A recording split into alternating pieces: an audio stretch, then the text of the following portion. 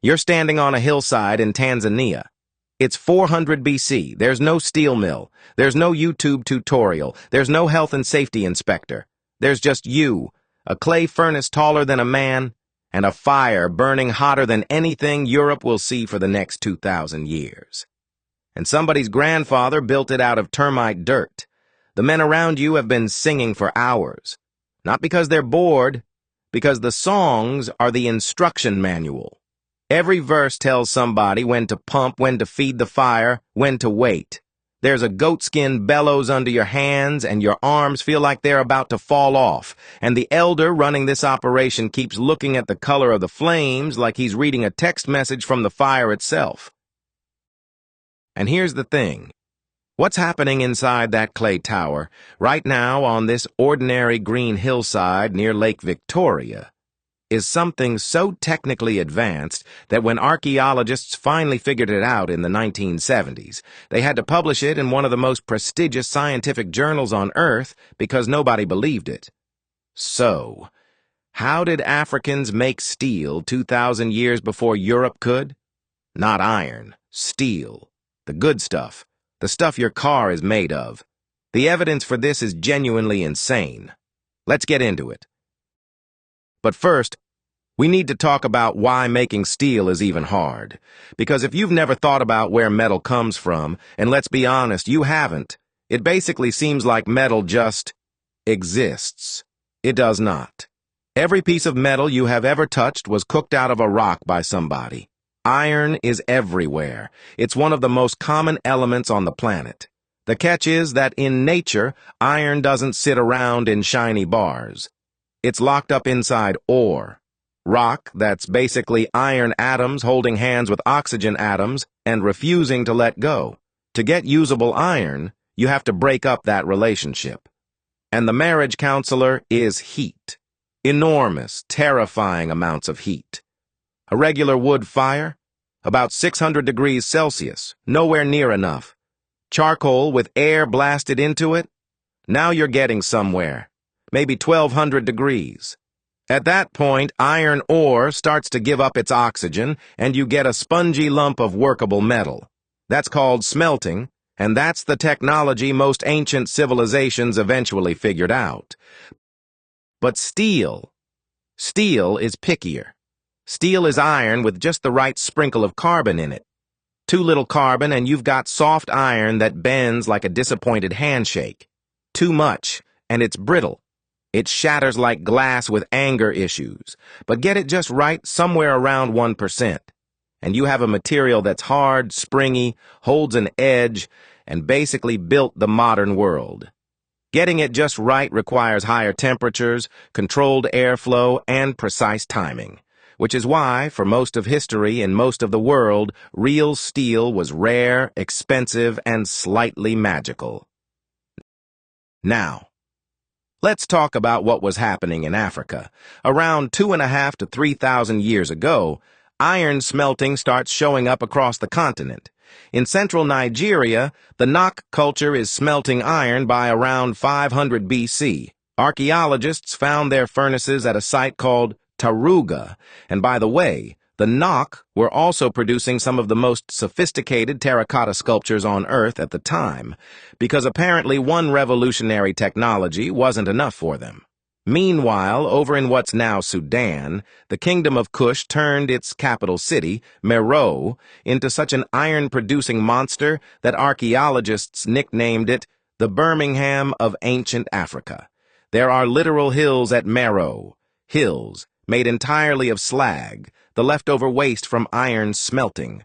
Imagine producing so much metal that your garbage becomes geography. So Africa had iron. Lots of it. But iron isn't our headline. Our headline is steel. And for that, we go to the northwest corner of Tanzania, to the homeland of a people called the Haya. The Haya live between Lake Victoria and the mountains of the Kagera region. Banana farms, green hills, misty mornings, absolutely gorgeous. Not the place your history textbook told you to look for the cutting edge of ancient metallurgy, mostly because your history textbook didn't tell you to look at Africa at all, which is kind of the whole problem, and we'll get to that. In the late 1960s, an American archaeologist named Peter Schmidt went to live among the Haya, and the elders kept telling him something that, at the time, sounded like folklore. They said, "Our ancestors made iron here, not traded for it, made it. And not just iron, fine iron, strong iron. They pointed at specific places in the landscape. They had songs about it. They had rituals about it." Some old men said that as boys they had actually seen it done. Schmidt did something that, honestly, most researchers of that era didn't do. He listened, and when he and his colleagues started digging where the elders pointed, they found furnaces, lots of furnaces. At sites called KM2 and KM3 near Kemondo Bay, they uncovered the remains of iron smelting operations, and when the radiocarbon dates came back, the furnaces were up to 2,000 years old. But wait, it gets better. Because finding old furnaces is one thing. Knowing how they actually worked is another. A hole in the ground doesn't come with a user manual, except this one kind of did, because the manual was still walking around. In 1976, Schmidt asked the Haya elders a question that changed African archaeology. Could you build one? Actual old men who had watched smelts as children before cheap imported European metal killed the local industry. They said yes, and then they did it. They built the furnace out of the clay from termite mounds because termite clay, it turns out, is naturally refractory. It laughs at temperatures that would crack ordinary mud, which means at some point, centuries ago, somebody figured out that the best high-tech ceramic in the region was being manufactured for free by insects. I need you to appreciate that. The building material was outsourced to termites. They dug a pit and filled it with charred swamp grass, carbon, packed and waiting. They raised the clay shaft above it, a cone about as tall as a person, and then they did the thing that made scientists around the world sit up. They inserted 8 clay pipes, called tuyères, deep into the base of the furnace, not poking at the fire from outside like most ancient furnaces around the world. Inside, into the heart of the fire. Goatskin bellows pumped air down those pipes, and because the pipes ran through the burning interior, the air got cooked on the way in. By the time it hit the charcoal bed, the blast wasn't cool air. It was preheated to several hundred degrees. And I haven't even told you about the ceremony yet, because a Haya smelt wasn't just engineering, it was theater. The furnace itself was spoken of like a bride. The smelters treated the whole process like a marriage between fire and earth, with strict taboos around the site, while the furnace was, quote, pregnant with iron. Break the rules, and the smelt fails. And before you laugh, think about what those rules actually did. They controlled who could approach, they enforced focus, they kept 40 different variables from being disturbed for 8 straight hours of pumping. Modern factories call that process discipline and pay consultants for it. The Haya encoded it into ritual, and it worked for 2,000 years. If you know anything about industrial history, your eyebrows just went up, because preheating the blast is the exact principle behind the hot blast furnace, the technology that supercharged the European Industrial Revolution. James Beaumont Nielsen patented hot blast in Scotland in 1828, and it was considered one of the great breakthroughs of the industrial age. The Haya were doing it before the Roman Empire existed, and the numbers are ridiculous.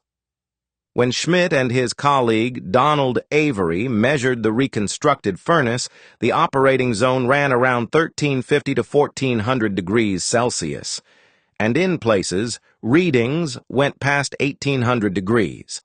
That is hotter than the melting point of steel itself. Their 1978 paper in the journal Science said it plainly. This process was technologically more sophisticated than anything developed in Europe until modern times. Let me put that in perspective. While ancient Europe was working soft, spongy, bloomery iron at maybe 1150 degrees, a village crew on a Tanzanian hillside, no writing system, no blueprints, no measuring instruments except human eyes and human memory, was running a semi-industrial process at temperatures a medieval European smith would have called witchcraft. And the product coming out of that furnace had the carbon content of steel. So how do you run a furnace at 1800 degrees without a single thermometer? You become the thermometer. The smelters read the flame colors. The shift from red to orange to blinding yellow-white told them exactly what was happening inside. They listened to the furnace breathe. They timed everything with songs, work songs whose rhythm literally regulated the pumping of the bellows. The quality control system was culture itself.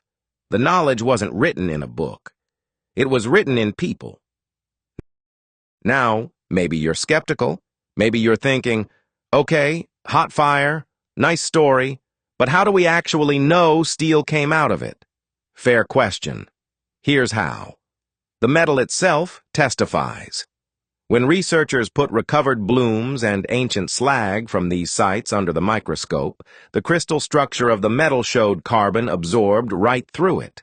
The fingerprint of high-carbon steel, formed at temperatures conventional ancient furnaces simply couldn't reach. Metal doesn't lie, and metal doesn't care about anyone's assumptions. The evidence was sitting in the ground the whole time, waiting for somebody to check. And think about what all that metal actually did. Iron hose broke open the fields that fed entire kingdoms. You can draw a straight line from the smelting furnace to the banana groves that made the Great Lakes region one of the most densely populated places in pre-colonial Africa.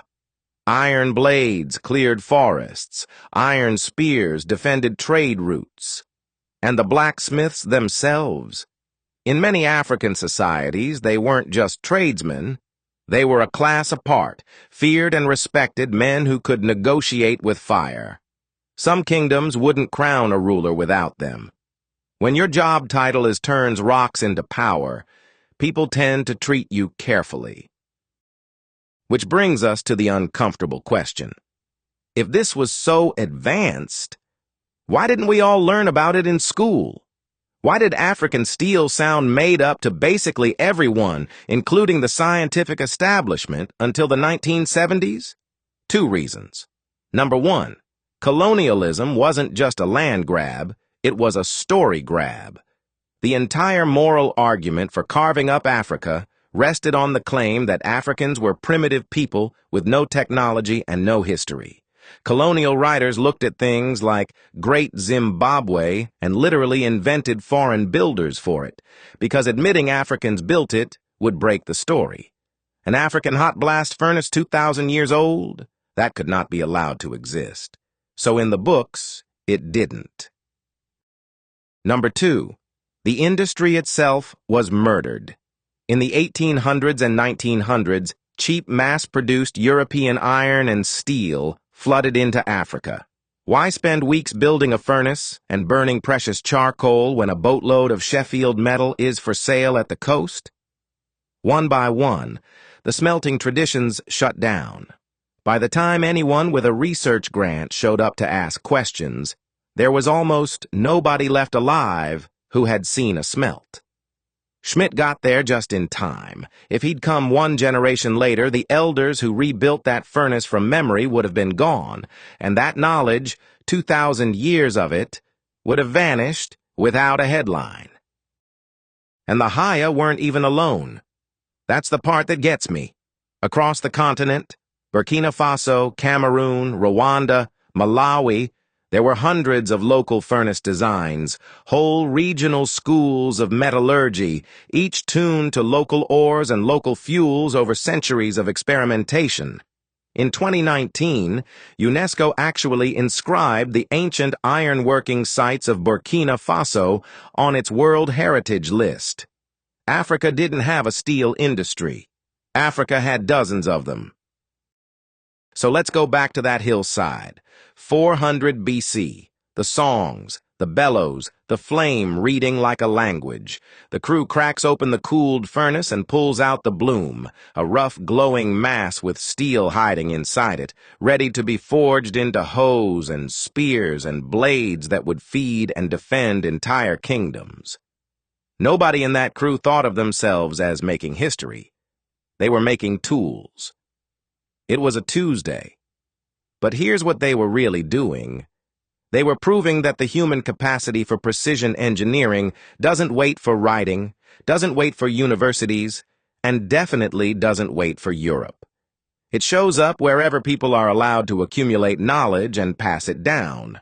In books, in blueprints, or in songs sung around a furnace on a green hillside in Tanzania. So, next time you hold a steel spoon, or lean on a steel railing, or sit in 70 kilometers an hour of steel traffic, remember that the recipe in your hands has more than one origin story, and one of the oldest, hottest, and most brilliant of them was African. The furnaces went cold, but the fire, story lovers, the fire was never Europe's first. It burned in Africa.